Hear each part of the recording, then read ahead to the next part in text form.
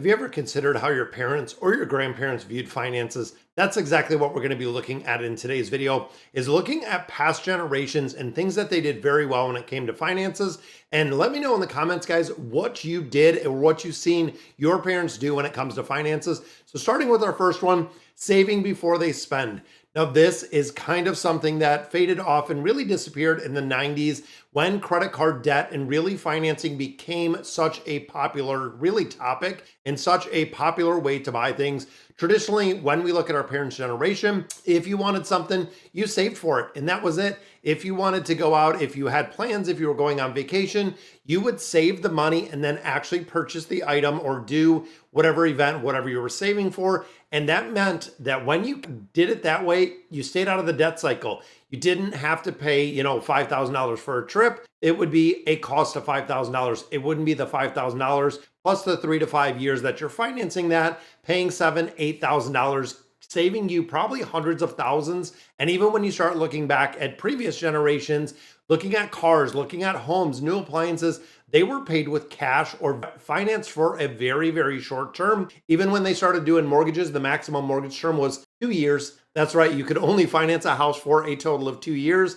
setting aside money and really saving until they could afford to do whatever they need to, which I know we can take a page from the playbook and look at this and being able to save for some of the things that we want to get. And what does it take and how long is it going to take to save for whatever you're looking for? Now, the second one, they took time to make decisions. This is one that we really stress when it comes to financial education and when it comes to counseling is if you're looking at the latest gadget, if you're looking to upgrade your lifestyle, just because is it trendy? Do you need it? Is it something that is going to serve a purpose? Is it something that's going to be an asset? They really put a lot more, in my opinion, value around money versus the instant gratification that we see, and really looking at the buyer's remorse and also unnecessary expenses that we see in the budgeting today that essentially can be set aside to a later date. And when we look at the third one, they planned for emergencies. The emergency fund isn't something that we thought up, a couple weeks or a couple months ago. The emergency fund dates way, way back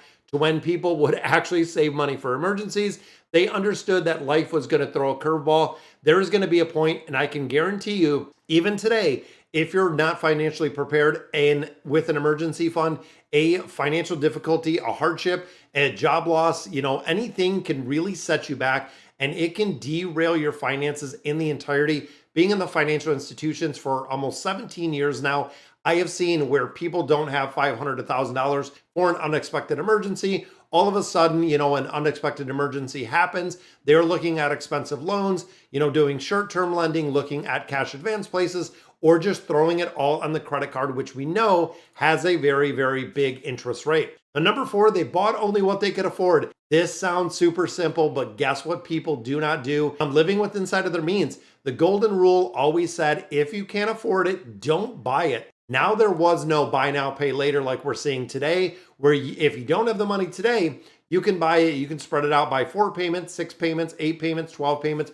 Regardless of what it is, they waited until they had money on hand to make a purchase. And of course, that came at a much cheaper cost, not only to avoid debt, but to be financially secure because with the same approach, you're staying away from high interest credit cards, you're staying away from loans, and you're also not really robbing the money that future you would have. If I'm doing a payday advance right now, or I'm doing something where it's a buy now, pay later, if I'm looking at the next 6 to 12 months, I don't know what is going to happen in the next 6 to 12 months. If I'm already borrowing money that I have not earned, if I lose a job, if there's an emergency, anything happens, I am now adding additional liabilities into that big bucket, meaning that it could be more difficult to keep my finances together, quite frankly, if something should happen. And number 5, they focused on longevity. Instead of buying cheap throwaway items, which we know when you think of a dollar store, when you think of everything imported from a lot of things from China in different countries, it is just really a throwaway item where you might use it once, you might use it twice,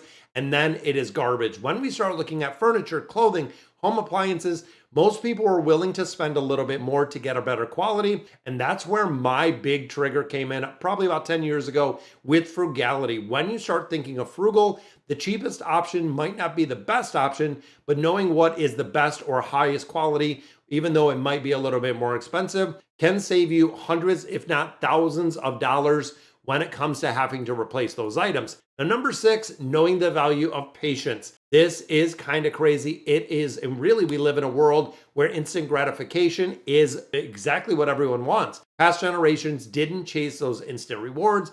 They knew that waiting until the right time, saving up, making the thoughtful decision would benefit in the long term, and they'd actually find a lot more appreciation by doing it that way. In the world, again, of the instant options, practicing patience can be the difference between having financial freedom, being weighed down by debt, and also being able to say that you live the debt-free journey kind of life that I love to live. Number 7, they shared and borrowed instead of buying. This is kind of crazy. So this is something when we start talking about communities, when we start talking about families, if you needed a tool, you would go to your neighbor, you would borrow it. If you needed something like a special event, communities came together. And this, I know back in the day, once upon a time, whatever you want to say, it wasn't really in a rush to buy the new things or even the utilization where you might buy something and only use it once. I know years ago, I was guilty of this. I would buy something for a job or a project, regardless if it was plumbing, if it was home repair, anything. I would buy something, I would use it usually one time to do whatever job I needed to. Then there was no more and really not a need for it. Now I've partnered with all of the neighborhood dads getting together and making sure that there's a lot of things that we can cover, even looking at lawn spreaders, even looking at small things, of course, that you might not need right now, but using it maybe a day or two, renting it, borrowing it, sharing it with your friends and your family, you can really come together, and this can save you actually an incredible amount of money. Number 8, the practice, use it up and wear it out. Now, this is an old term that I had not heard of. So grandparents used to say, use it up, wear it out, make it do or do without. Guys, imagine if you told your children in this day and age, this generation that we have right here, if something was still functional, it didn't get replaced, you squeezed every little last bit of use out of everything that they had, whether it was a piece of clothing, an appliance, even a car, making it and really repairing it versus replacing and upgrading. Now we're in the really recycling world where we recycle and really discount and get rid of everything in a very, very short window, really negating almost any utility that some of these products and services do have. Number 9, regular maintenance to avoid costly repairs. Now, this is something that I have understood and I do on a regular basis. And you know what? It has probably saved me tens of thousands of dollars. So what we mean by this, major appliances, it is cheaper to repair for a majority of them than just replacing. But when you start thinking of vehicles, when you start thinking of the maintenance on your cars, the maintenance on your home, even thinking of just a quick check, that I think about when we do is getting regular oil changes, getting your tires checked, looking at your windows, your doors in your home, having your furnace and your HVAC serviced. When's the last time you did this? And honestly, when you start looking at this, you can avoid a majority of the costly repairs that, of course, you're going to wait 5 to 10 years. All of a sudden, your furnace goes out because it hasn't been maintained in 5 and 10 years.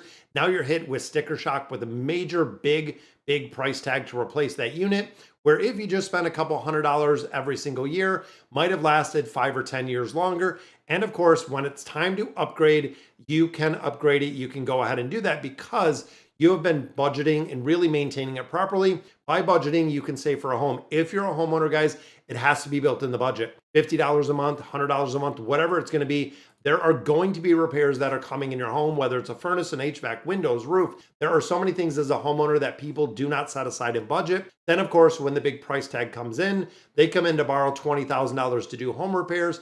That $20,000 with interest is now $30,000, and they wonder where their monthly budget and where their payments are really going. People, you got to understand that borrowing money comes with a big price tag, and the interest you have to pay does come with a big price tag as well. Looking at number 10, cooking in batches and storing for later. This is something I know that a lot of people used to do. We have actually started doing this as well. We have started meal prepping. Makes a big difference on the budget. Now, what we mean by that is on a Sunday, we might make 3 or 5 recipes, having all of the stuff that we need to provide and build and create those 3 to 5 recipes, meaning that we don't have to do it all week in busy lives. You can kind of meal prep. This also keeps us from impulse buying when we go shopping. We know exactly on a checklist exactly what we need to get for the week. That way we have enough to make all of the meal prep and also kind of minimizing the food waste. It is estimated that 30 to 40% of food, which we know right now is crazy expensive, is thrown away in waste. Keeps us from getting takeout, keeps us from the spontaneous grocery trips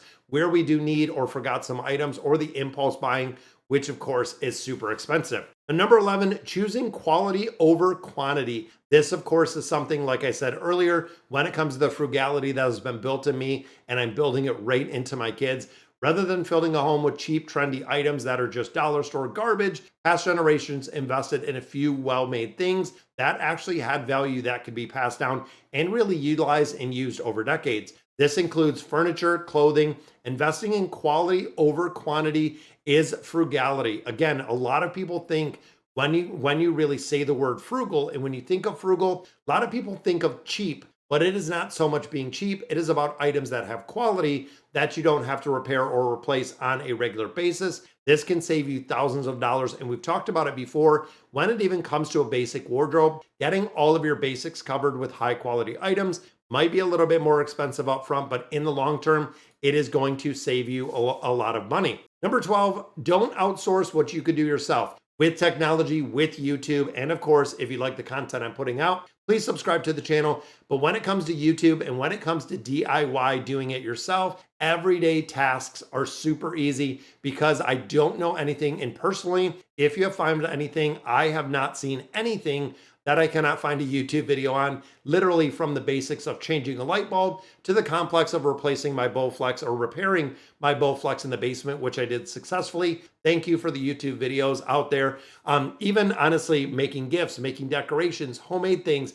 There are so many things that are DIY mentality. If you really go in there and have a sense of pride, self-sufficiency, you can repair a lot of things versus having it serviced or just simply replacing that item that you do. And the final one, which is the biggest one that I always see, we save the biggest one for last, keeping up with the Joneses. When it comes to keeping up with the Joneses, past generations really didn't have the presence of what the neighbors are doing, what the families are doing.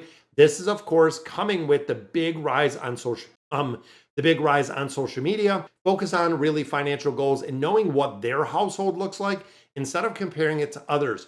When you think of social media in general, it is really the best of the best or the best version of people. You might see a new car, you might see, something that your neighbors got that you don't have, but you don't know their financial situation. They might be financing that car for 10 years or 7 years, 8 years. That's the only way they can afford it because they're very strapped for cash, or they're even underwater by taking on additional debt. You do not know it. The ability to keep up really just means keeping up with debt. For a majority of people, just really getting to the peace of mind and knowing the understanding of what you want to do, what your financial goals look like, regardless of anyone else's financial goals, will really be a game changer. When you start looking at past generations, delayed gratification can save you thousands.